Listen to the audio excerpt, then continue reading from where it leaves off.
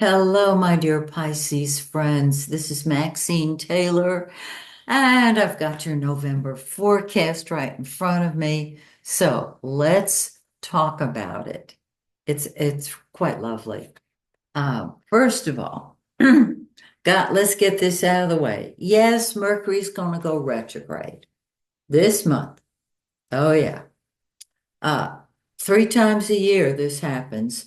So what you're going to do is you're going to tie up the loose ends of unfinished projects. You're not going to start new ones unless, in order to complete the unfinished project, you've got to buy something or do something that's going to help it move forward. And only you would know that. Only you would know if you've already started it. Okay. Um, the reason you don't want to start a new project on a retrograde Mercury is because it's going to either fizzle out completely or have to be redone during the year. I've tested this out. It works very well, I'm sorry to say. So, Mercury's in the shadow starting on November 7th. And when it's in the shadow, it feels like it's retrograde. It's not, but it feels like it is. Okay? I know. I know.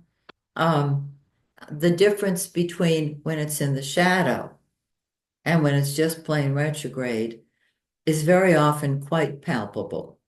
Now, Mercury is not going to go direct until December. So join me in December. We'll talk about it then. It's followed, of course, immediately by the shadow. And the post uh, lunation, the post full moon shadow, is when I get my best work done. Maybe because I feel like, you know, it needs to be done now or never, that type of thing. But I do get my unfinished projects done after it comes out of retrograde. Okay, so having said that, let's talk about Jupiter, the greater benefic. It's retrograde right now, but it is because it is the lesser, excuse me, the greater benefic. Venus is the lesser benefic. It's a joke. They're both the good guys. Okay? Jupiter's in your fourth house and it's retrograde, but it is still blessing your family and any real estate ventures that are ongoing. So this looks really nice. In a couple of months, when it goes direct, there will be more and more blessings for you in your home with your family, possibly.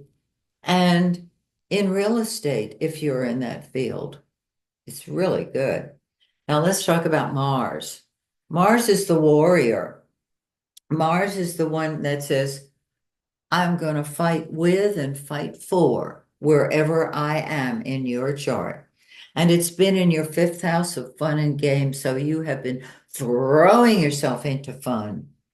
I don't see anything wrong with that. Except it's like, oh, gotta have fun. Well, on the 3rd, tomorrow, is that tomorrow? Yes, it is. Let me double check here. Yes, tomorrow. It's going to move into your sixth house of work, health, and service. So you're going to want to be of service and you're going to really tie up those loose ends of your health situation. If there's anything that you can do to improve it, I always say, what, especially with Mars in the sixth house, get thee to a gym. Don't overdo it, but go work out for a little while. It just creates endorphins and endorphins heal. Period, bottom line. Okay. And you're going to be throwing yourself into your job. So this is very key. I'll show you in a minute why. Let's move up here to the ninth house. Mercury is in the ninth house. And so ninth house is your higher mind. It's religion, philosophy, your belief systems, it's long distance travel. And as this continues, there will be travel to distant parts of the galaxy. Not this week necessarily, or next week.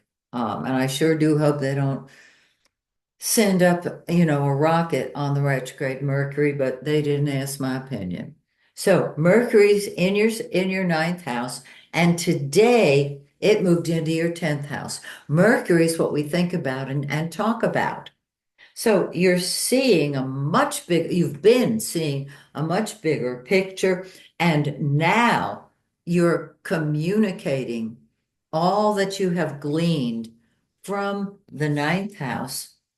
You're going to express that through your career, whatever the career happens to be. You'll be communicating and expressing your ideas. I love it. Now, the sun, the center of our life. Now, that's different from Mars, that's number one. The center of our life. The sun is the giver of life. It can heal. It's been in your ninth house, and you've been seeing a bigger and bigger and bigger opportunity for yourself, perhaps.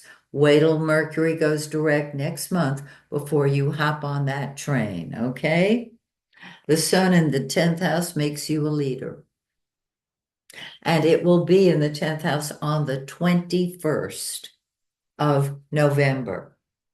Um, you will be placed, if you choose to be, in a position of authority. I love it. Now, Venus is what you love and how you love. It is the lesser benefic, and there's nothing less benefic than Venus. Um, your public image is one of a loving person. And on the 11th, when Venus moves into your 11th house of friends, hopes, and wishes, and philanthropic organizations and spiritual organizations, you will really see that happen. The love of humanity, that will be on the 11th. Isn't that beautiful?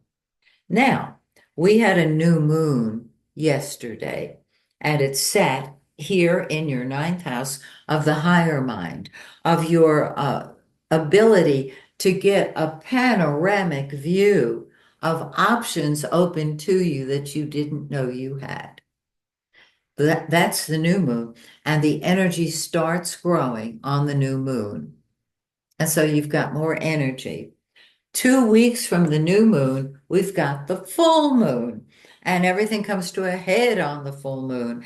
That will be on the 15th of the month in 24 of Taurus in your third house. And so on the full moon, you're going to talk, you're going to share ideas. That's not a bad thing. It just brings your ideas to a head, and that can be a great thing. So, have a wonderful November and join me in December when we once again take a look at your forecast. Until then, may the stars shine brightly on you and yours.